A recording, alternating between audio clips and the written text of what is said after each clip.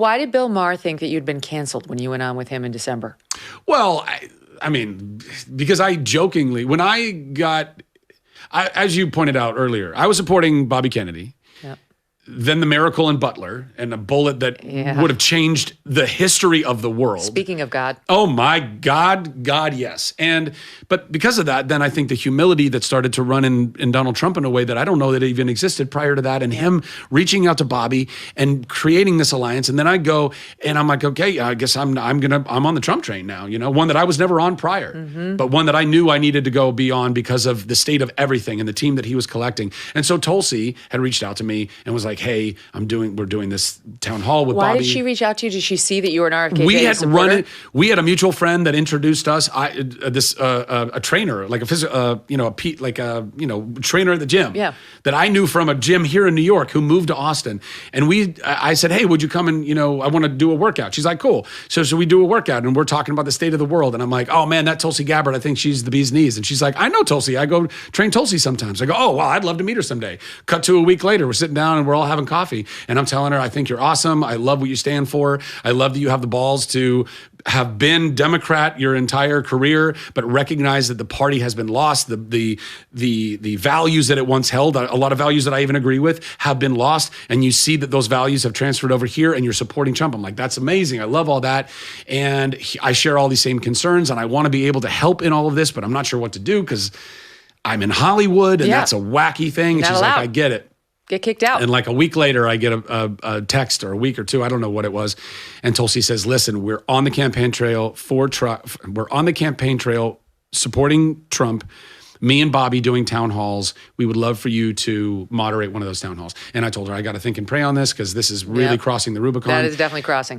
But I did, and I felt peace. Again, I felt peace. I felt peace because I knew that this was more important than saving my career. I think that we too often fall into these paradigms, these thought processes of self-preservation, and it is not good. We need to be wise, and we want to survive, and we want to live and flourish and all those things. But we can't merely make decisions off of, I hope nothing bad happens to me. No, that's no way to go through life. You got to sacrifice.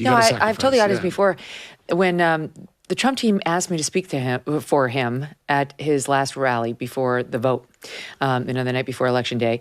It is not something a journalist would normally do. That is crossing a line that you just don't normally cross. Yeah. And even this whole show, my transformation into more of a pundit, a journalist too, but my daily job is more punditry, has been an evolution, but that's a bigger line to cross. And I really, same as you, I was like, I don't know if I should cross that. It's like, not because of blowback, but just because it's a before and after moment for me, for sure, as a journalist. But like you just said, I truly did feel called. Even my husband's like, I don't think you should do it, Meg. Nothing against Trump. He was a Trump supporter, but he's like, you don't want the blowback. It's not a line you have to cross. And I'm like, honey, I got to do it. I don't know why. I just know I do. And I was so glad I did it, right? I didn't feel ashamed, bad, on the precipice of waiting, the gunfire that would, the rhetorical. I felt totally empowered and like I was in exactly the right alignment, where I was supposed to be. So I completely relate to what you're saying. But now, for me, the blowback would just be mean articles written about me by my fellow people in the press, which I've had millions of. For you, it could cost you your career, potentially. At that point, you have to be thinking it could cost me my career. Oh, I did. I thought a lot about that. And I prayed a lot about that. And I knew that I had a child that was, coming and on the way. And because even then, my girlfriend and I knew that we were pregnant. And I was like, okay, well, what am I doing? Like, what will all this look like down the road? But again, at the end of the day, first of all, I've known since I was a kid that I was born and called to be a leader. I've known it. Like, and not like... not in weird romantic ways or anything. Like, the world needs help. It needs help. And the only way to go and help the world is to love the world. Mm-hmm. Like, nobody hating the world is actually going to make it a better place. They're just going to start cutting out the things that they don't like or whatever and cutting down the people that they don't like. But I really believe that we have to be able to see it as a whole and be like, okay, what can we do? How can we be effective change? So I already felt that calling on my life. And then when it came to this, I was like, so what am I worried about? Am I worried if I feel like God is calling me to this? And I did. I was like, I think that this is this moment Because I was never trying to just like insert myself. I was like, God, if you want me to go and step out in a bigger way, I need, give me the call. And the call literally came from Tulsi Gabbard. And more than that, I very, very much, and I've been preaching for a long time, that I think AI is about to destroy my industry. Yeah.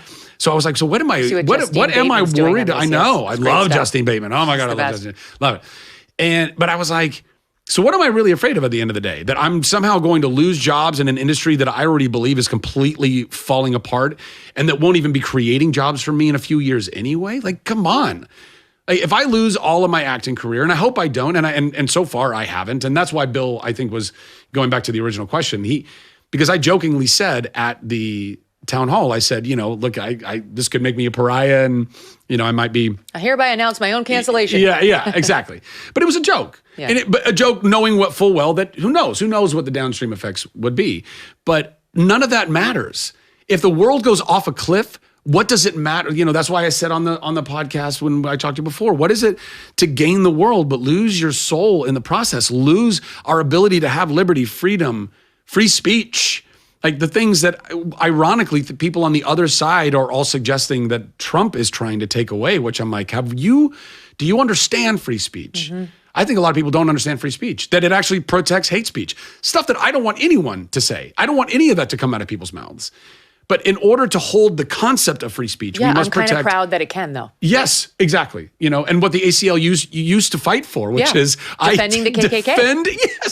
Yes, because we must hold on to these things. Otherwise, democracy, our republic, it all fails. And so it's like, listen, I'm not even giving up my life for that. Some people have died for that. Many people have died for that. If anything, my career dies, my acting career that I've been blessed enough to do for 25 years, if that's in the cards for me, then okay. God, if I'm walking with God, God will protect me. I think part of the call that you heard and answered was part of a bigger thing that's happening in the country at the same time, which is more and more people feeling that same connection with Trump, with his message, with what he actually stands for, not what the left says he stands for. Just the dawn of a new day in America where we're no longer obsessed with identity politics and dividing each other based on things we can't control about one another. The very foundation of the Civil Rights Act and the 14th Amendment and a lot of things that are foundational to our country's evolution that we've been eschewing for the past decade plus. And Trump got us back to. He said, we're ready. We are ready to go back to our foundational beliefs on not dividing each other like that and having open debates about controversial subjects and listening to a guy like Bobby Kennedy instead of just dismissing him as a kook and listening to Tulsi Gabbard's different views on the Intelligence Committee, even if they're loathed by more Republicans on the panel than they are by the Democrats on the panel. Let's listen. Maybe she's got some good ideas. The whole country was just ready for that, let's, like you do with the Etch-a-Sketch. We need a cleanse. A cleanse and transparency. Like, why anyone, it's very indicative of those who are complicit in the corruption when they are shouting for the rooftops. No transparency. We shouldn't be looking at these things. Look at how he's tearing everything apart. It's like, no. Why don't you want to know what's in all of our drugs and food and water and everything? Yes. Why don't you want to know that? Yep. By the way, we all deserve to know that. These are our leaders. They're public servants. That is their freaking job. Not to tell us what's good for us and what's right and, you'll know whatever information you need to know. No, they seem annoyed that we want to look underneath the hood. They are. And that's why I think a lot of Americans, even people who didn't vote for Trump, his approval ratings are good because they're like, hey, listen, at least the guy's doing what he said he was going to do. Yep. And more than that, these were some of the things I was kind of even secretly hoping he was going to do because, damn it, we do deserve to know what's going on.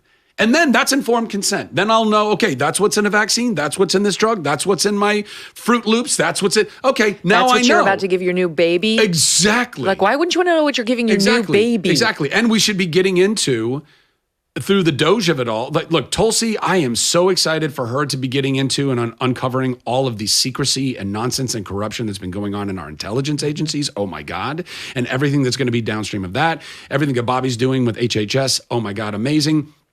DOGE is also a very important part of how we get to the bottom of this. But I've been trying to tell people, and I've been getting, I was on Jesse Waters the other night, trying to unilaterally talk about how we're losing. saw this. Yeah, and the people coming after me saying, "Oh, you just want Trump voters?" I was like, "No, I'm listing You made people." a passing comment. You're saying we have to keep in mind that good people are losing their jobs, and not everybody should lose their jobs. Yeah. And in an appeal, I think, to Trump, to say, even MAGA people are losing their jobs. Exactly. And then, of course, the left spun that back on you. You only care about the MAGA people. Yeah. And I'm like, guys, I was listing. That's like saying, if sugary drinks were being taken away, and I would be like, guys, he understands he's losing soda, I Diet actually thought Coke. it was kind of cute that you defended yourself and posted like follow-up tweets like, no, that's not what I was doing. I'm well past that point. I'm like, fuck off. Yeah.